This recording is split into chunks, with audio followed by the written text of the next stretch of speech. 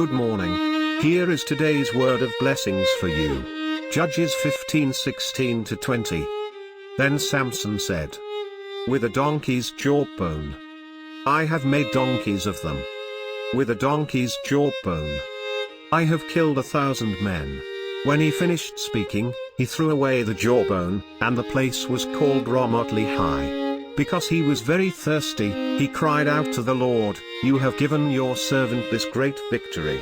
Must I now die of thirst and fall into the hands of the uncircumcised?" Then God opened up the hollow place in Lehi, and water came out of it.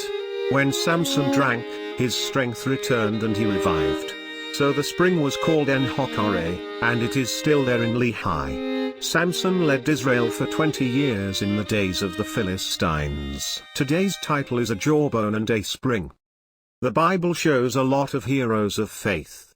But there are not a few heroes of faith who are highly disputable about their status of heroes, at least in view of ordinary people. Samson is surely one of those controversial heroes. He was born of an old couple who didn't have a child by God's supernatural intervention. He became a super strong man as he grew up. But his life wasn't totally holy as we expected from his unusual birth.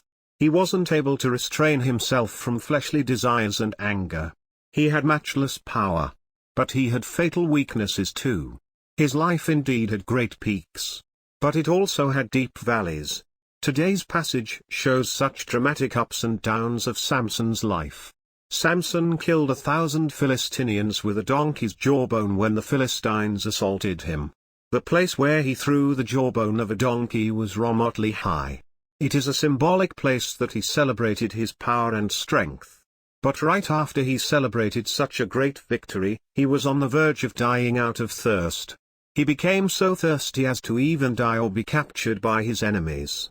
He cried out to the Lord, "You have given your servant this great victory. Must I now die of thirst and fall into the hands of the uncircumcised?" Then God opened up the hollow place in Lehi, and water came out of it. The spring was called En Hakkore.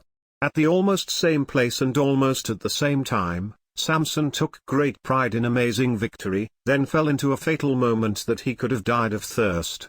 I believe that this contrast of Ramath Lehi and En Hakkore shows how our life is, although it may not be as dramatic as this. At some point in our life, we can be standing at Ramath Lehi, celebrating our own success.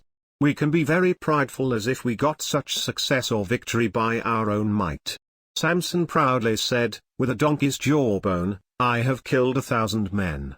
Impressed by his own success or victory, it sounds like that he is proclaiming, "I have done it myself and my way." That's a typical self-glorification of so-called a self-made man. Do you remember the famous song titled My Way?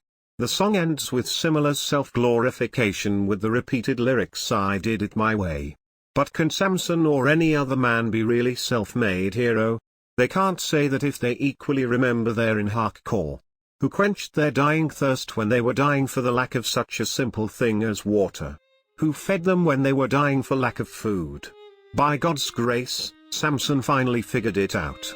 Thus, the end of Samson's life was described as, "Thus he killed many more when he died than while he lived." How has been your life? Hopefully, we have as many Ramath Lehi as possible. But the true and final victory comes only after you figure out the real truth of En Hakkore. Did you figure it out?